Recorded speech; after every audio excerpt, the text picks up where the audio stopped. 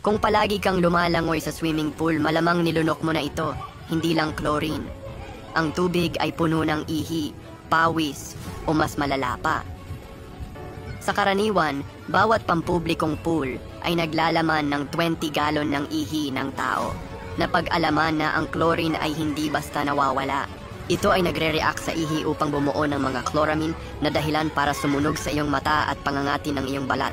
At kung may tumai sa loob ng 2 linggo ng paglangoy ang mga mikrobyo, ay maaaring mabuhay sa tubig kahit na may chlorine. So next time na mag-swimming ka, hindi ka lang sumisisid sa tubig, ikaw ay sumisid sa sabaw at katas ng iba't ibang mga tao.